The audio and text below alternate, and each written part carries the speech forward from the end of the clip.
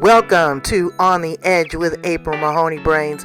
Here, this is the spot where the conversation is pointed, the guests are sharp, and the responses are never dull. Welcome home, Brains. There's only one requirement to hang out on the edge, is that you open your big brain and close your small mind.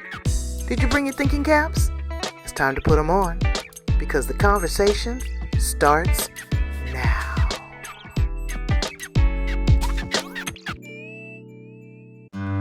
Welcome to On the Edge of April Mahoney Brains. No, you're at my spot, my place. That's a podcast on the planet. This is a place where the conversations are pointed, the guests are sharp, the response is never dull. And we're going to Canada. You know what we're going to do? We're going to do some indoor gardening. Yes, like tower gardens. Brains, I've been seeing them everywhere, and my daughter is one of the young creations that I've sustainable, renewable is good for your mental health. It's fun. It's something for the kids to do, an activity outside of looking at that stupid device. And you can eat it. That's what we'll have to do. We'll have to grow our own food. Have you seen those futuristic sci-fi movies? Everybody's growing it inside. Well, let's learn from the best. Here she is, Pam Barg. How are you, Pam? Hi there. I am just great. Thank you. And how are you doing? I can't do any better. I was outside, you inspired me. I was outside talking to my plants, and they all looked at me and said, Mama, we don't want you to talk too much. So I planted some tomatoes and herbs, absolutely gorgeous. But I want to talk about some of the things that you are growing, how we can grow them inside, because now, you know, nobody's getting land here in the United States. They're building hmm everything like, in other countries where we're going up, but you're not getting any land space. So you still have a lot of sunlight, but you want to grow, you want to be sustainable, you want to be renewable. So before we get into that, I want to hear a little bit about your story and your journey and your truth and how you show up in the world. Absolutely. So, April, I think that gardening and growing things is just hardwired into me. Mm, I grew up at a farm, so I'm a farm girl, wow. and by necessity, we had to have a garden. Now, this is long before tower gardens, but I really have the I really have the bug for growing. I just love growing things, watching the little seeds and seedlings grow into something that we can eat. So that that has been my start. And as I say, I think it's hardwired. And it was way back in 2019 when I first saw these tower gardens. And I thought, wow, I have to have one of those because, in Canada, where I live, our outdoor gardening season is so short. Mm, And it just makes sense to to have something where I can grow year round, and I do. These gardens, these towers have never had a down day, wow. and I just keep growing and growing. So I really, really enjoy it. Well, tell me a little bit about growing up on the farm. Good gracious. Now, was it agriculture? Did you have chickens? Did you have cattle? You have goats? What would you have there? Well, it was a mixed farm. Yes, it was a mixed farm, and we definitely had chickens. And I saw a funny little ad this morning saying, "You haven't lived until you've been chased by a rooster." And I'm there. That happened. Um, we had cattle, we had pigs, and then mixed grain, wheat, Oh, oats, flax, barley, that sort of thing. wow. And A couple yeah, things that sparked my interest in that. On the hill in the morning, about 5:30, there is a rooster. I'm in the middle of suburbia, and there's a rooster. But you know what? I love him. I love to hear him cock-a-doodle-doo in the morning. He's waking everybody up, and they have strong vocal cords. I mean, they can be pretty loud. oh yes, they can be. And the cost of eggs here, are the cost of eggs expensive there? We got this bird flu, whatever. Oh, Yes, okay, so I'm quoting in Canadian dollars. It's roughly $8 a dozen. Okay. Well, you're doing better than us. Ours is like some places 10, 12. So I I told heard. I said, baby, I said, let's get some chickens. He said, absolutely not. I remember my mother bought me some little peeps for Easter one time. Well, Yes. she didn't realize how big they were going to grow. Oh, yes. And yeah, they were pretty big. Then we talk about grains. Now, this may be a little sensitive subject. Okay, so I'll take the heat on this. Pam's not saying that I am, but there's companies out there that genetically modify and cross pollinate that. And I'm sure that wasn't happening when you grew up. No. But they cross pollinate and then they sue the farmers and say that you have infringed on our copyright and our patent because now your wheat is growing with our seeds when they have done it. And it's not the same. It's definitely not the same. No, times have changed. There's no doubt about that. It is. And harvesting and machine cutting and all that. And so it's a lot to be sustainable. The soil, the water, everything has changed. So to be able to control what you grow, what you put in, and what you ingest in your body is huge. Plus, it's fun, like you said. Now, that tower garden that you have behind you, what are some of the things that you have on there that's Okay, growing? so you can see two behind me right now. I have a third one that's off in on the other side of the room, but lettuce is truly the easiest thing to grow. Okay. So I have lots of lettuce, different varieties. I have kale, chard. I have a few herbs like parsley does well. Basil just takes off. Mm, And so that's, and I do have some tomatoes growing. no, it'll grow a tomato. Oh, yes, absolutely. That's my PB and J. I go in the grocery store and buy tomatoes, and I am so disappointed. Uh, I will grow them and pick them, and I tell you, my mouth just waters. I could just eat a tomato just by itself. I they didn't have a know whole different it was taste. a whole different taste and so many different varieties. Okay, and lettuce. That was something that I was thinking about growing in a bed, but that's something that I could grow. Now, what kind of environment do you need to have to make this really prosperous and comfortable and conducive? So really, these towers can grow anywhere. Now, I happen to have mine inside. I don't move them outside. Lots of people move them outside in the summertime, and I don't have a good spot outside. We get a fair bit of wind here, hailstorms roll through. So I like to keep mine inside. You don't need anything really special. I mean, people have them any place.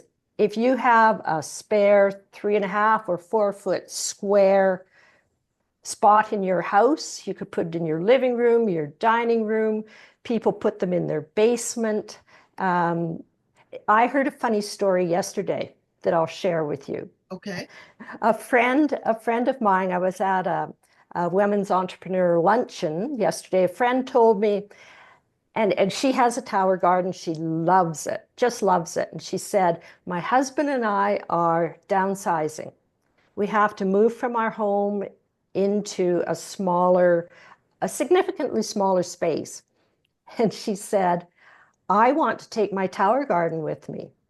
So what she did, she took her tape measure. When they went to the new place, she looked around and she measured the bathtub in her second bathroom. And she said, this will be fine. I'm going to put the tower garden in the bathtub. Wow. And that's what she's did. And her husband says, but what happens if we have company? And she said, I don't care. They can Wow. they can look at the lettuce when they're doing their thing in the Absolutely. bathroom. Let me ask you a couple other questions. Soil. Of Mhm. course, you have to put soil in there and watering it and sunlight. Tell us a little bit about that. Okay. So no, there's no soil. Shut the front door. Soil? No soil. So what it does, it takes rock wool cubes. That's the growing medium. Okay. So I just put seeds into the rock wool cubes, and they germinate in there, and then I pop them into the tower. So no soil. There's water and nutrients in the reservoir. Now, one model takes 20 gallons of water. The Okay. other model takes 13 gallons of water. So your water, your nutrients are in the reservoir. You have a pump, submersible pump that sits in the bottom of your reservoir, and it just pumps water up through the main column, hits the top, and sprinkles and showers down over the roots. So that's your system. And in terms of lights, you do need these customized grow lights. You can sort of see them um, coming down. Can you point to them what the lights are? The, There's one right there. okay. Oh, okay. Okay. So it's these, yeah. And so the lights are on timers. You do need them for indoor growing, not for outdoor growing. So they're on timers, the pump is on timers, and it's just automated. Okay, let's talk about pests. I have some plants in my office. They were doing fine. Mm-hmm. And then all of a sudden, the gnats came to visit. They went absolutely nuts. It was like, what's going on? So I put one of those little gnat catchers in there, and the thing was covered. I had to put the plants outside. Do these uh, generate bugs? I mean, bugs eat plants. That's just how it goes. That's just the nature of things. And yes, I'll be quite honest and say I do have fruit flies that just come in, and I have those yellow sticky Right, tapes, right, right, right. and they do collect on there, but they're not terrible. Okay. I don't have a problem. Now, the biggest problem that I had one time, and it was my own fault, I decided that I'm going to bring a pansy in from outside. It was in the fall. I knew that I had to be very thorough, rinse all the soil off because no soil. And I put it in a rock wool cube, put it on my tower. I was so happy. And then, wouldn't you know it, 3 weeks later, I had aphids. Oh, wow. Okay. So I am really careful, and there's no real natural predator to eat the aphids inside. Right. I don't have ladybugs inside. Okay. So I am very careful, and I always warn people, if you bring a new plant in from, you go to the garden center, you see a lovely plant, you bring it, keep it away from your tower garden for a little while, maybe in a different room, until you are confident that you didn't bring anything other than just a beautiful plant home with you. Right, because that soil can be contaminated too, and it's different. They have all these different composts that they put in there, different manures and all that. Oh, And absolutely. Yeah. worms. Yeah, and worms.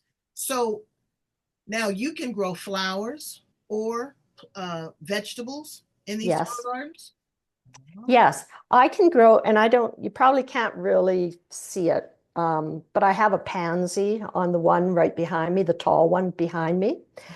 So I can grow anything other than root crops, carrots, beets, potatoes. I save that for outdoors. But other than that, you're pretty free to grow anything you want. So that's how it can be so flexible in the sense of growing whatever you want. Let me ask you something else. What about the sanitation of the water, a purification of the water? It has nutrients in it. Do you have to flush that occasionally, clean it out? So I will say one thing about the water, and I don't know if water softeners are a thing where you live. We have hard water, so we use a salt-based water softener, and plants don't like salt. So I have a faucet that bypasses the water softener process, Okay. and I just use tap water. and it works just fine, just fine. Now, when you say so it waters it in the inside, so it's not like a mister that waters it on the outside. It's from the It's from the inside, yes. And that's one thing you talk about sustainable. Um, it is in the sense because compared to traditional gardening, we only use 98% of the water that would be required, or 2% of the water that's required. hmm, So that's amazing. In terms of space, if I have an extension that I don't have on right now, but because I'm growing vertically, at one point in time I had 100 plants growing in my office here. Right now I only have 80, that's still a lot. but that's a lot. If you think about what that would be, if you were to have it outdoors in your garden plot, you need a lot of space for that. Okay. And because we're growing vertically, I don't need a lot of space. It's growing up. And then when you just clip the lettuce and it leaves the stem, and does it continue to grow, or do you need to pull the whole thing out and replant? I just clip the lettuce off as I need it. And eventually, maybe 6 weeks, the plant really doesn't owe me anything more, and I pull it out.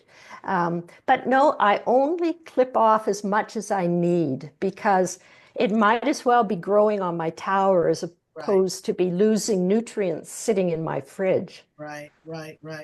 And I love the parsley looks wonderful. The parsley looks great. And that kale, me and you were talking in the green room before about the kale. Yeah, kale is not my friend. I can't get it soft enough to digest it. I try to saute it, boil it, steam it. It's not, especially when you have uh, really fresh kale. We have a community garden Hmm. we have that has been donated by the city, and to people that come and they grow kale. And I mean, the kale on that stuff looks like unbelievable. So, yeah, it's really good. And this is great for an activity.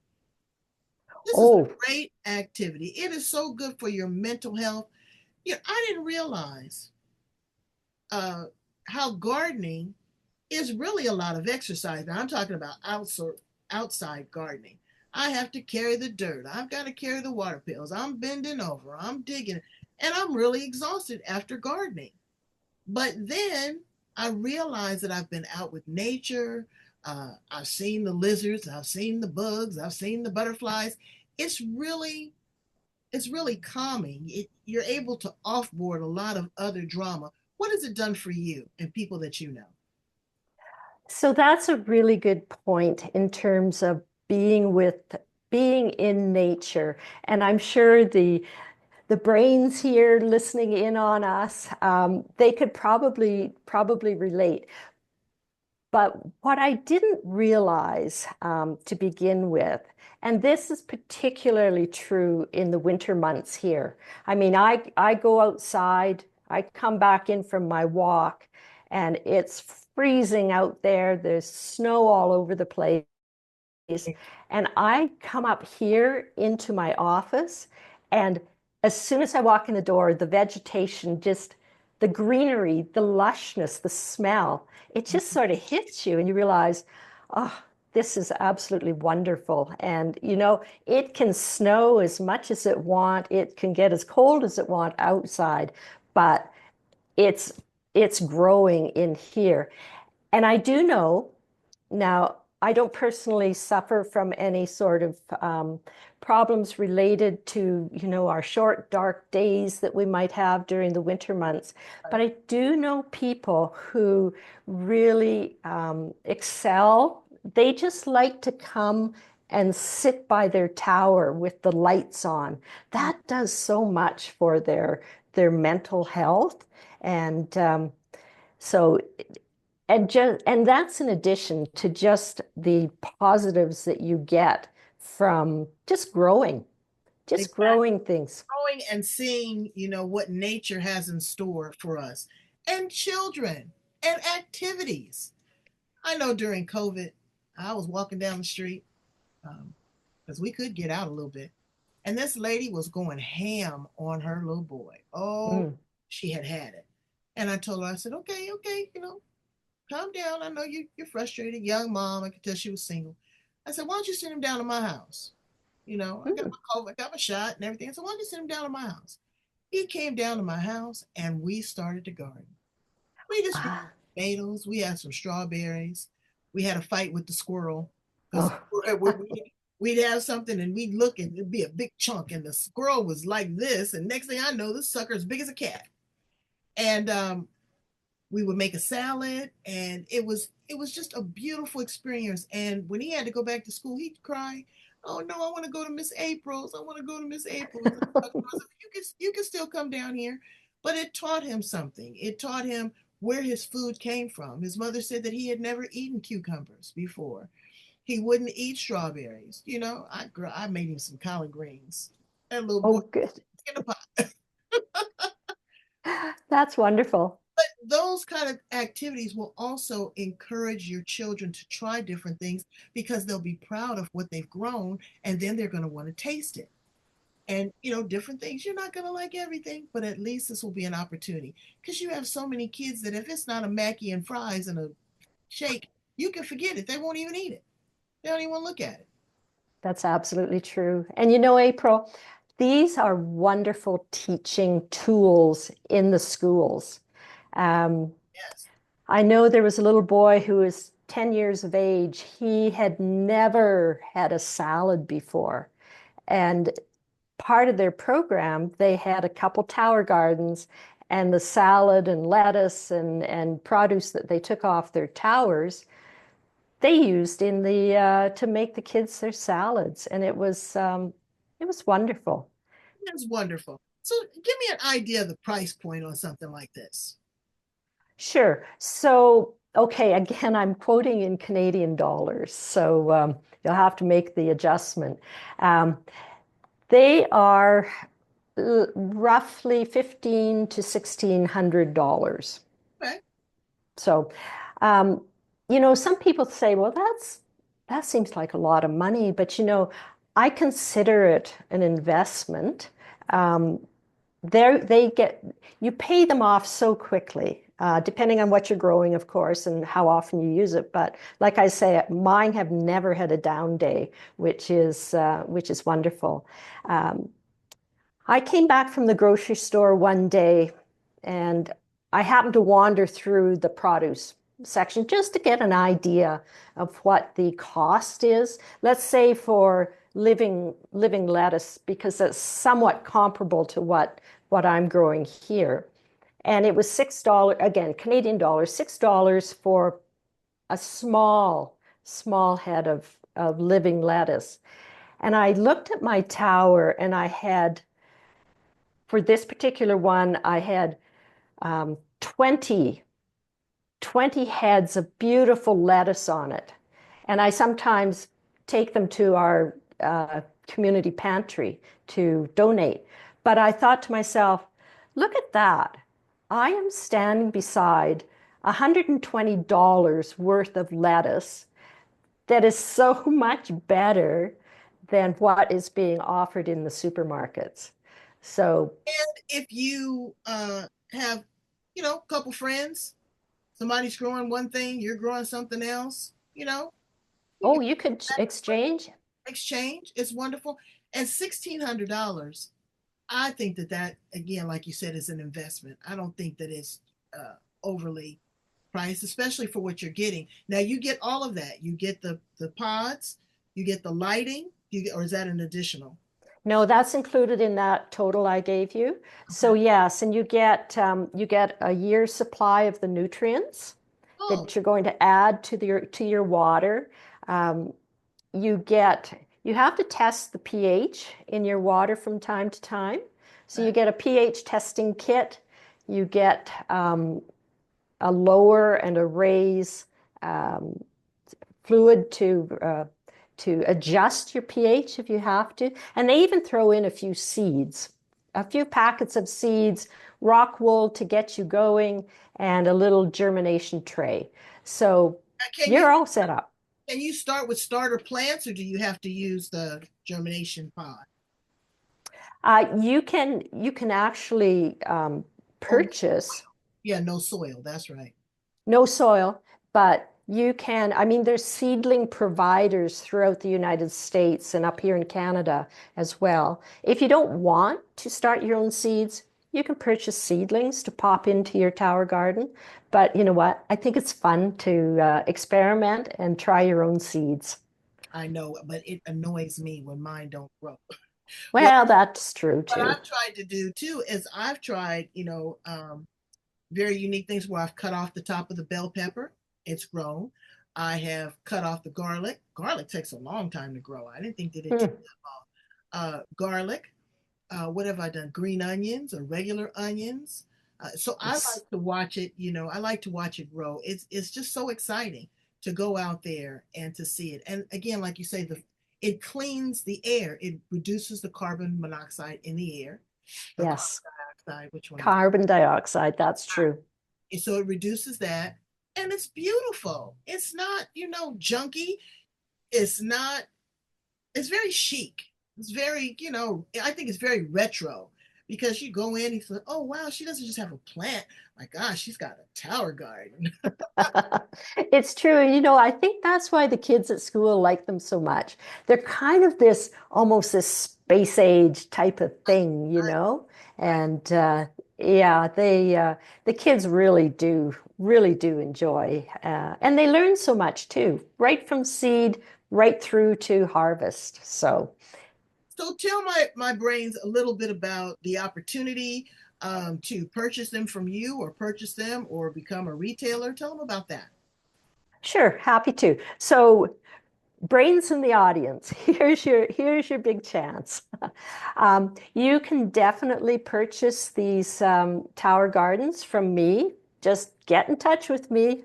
I'm on Instagram and I'm on Facebook as well. So I absolutely encourage, um, and I'm totally low key in terms of sales pitch.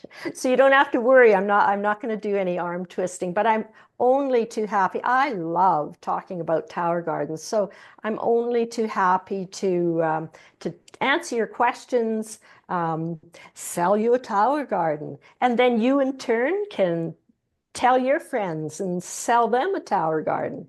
So it's really a unique opportunity. And you know what? I'm so happy. I procrastinated for a good year before I took the plunge and bought one. And that's my only regret. I wasted a whole year um, not growing, but I'm trying to make up for it now. So brains out there, there's opportunity. There's opportunity. Like I said, you know what? You purchase one, turn around, sell two. Yours is covered, halfway covered. You've Yeah. got plants. Or if you are in a senior citizen community, if you are with young children, even children with learning disabilities, Oh, ADHD, autism, speech impediment, it gives them something to do. It's a manipulative. They will love it. They will probably have, you know, going selling at the farmer's market at a certain point. But we have to stimulate the brain, old, young, able, challenged, whatever the situation is, we have to keep growing.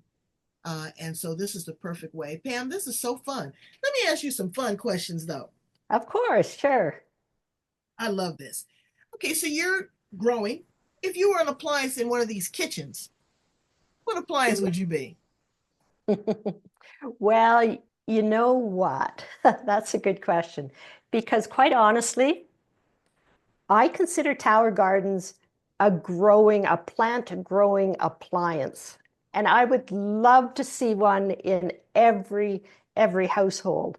So if I were to be an appliance, I would be a tower garden.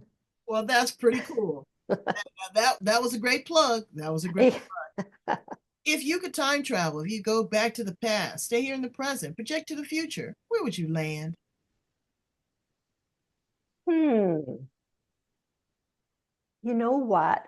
I think if I were to land someplace in the future, I would love to be in a place where it's just green and growing all the time.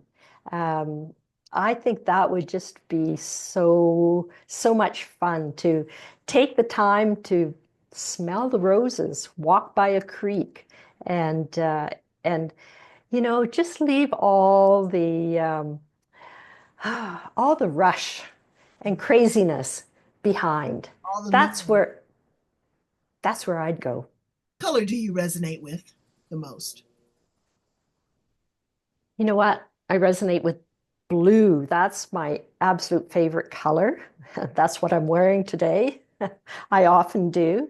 Um, I, for me, it's always been my favorite color. I find it calming. I feel comfortable in it Hmm.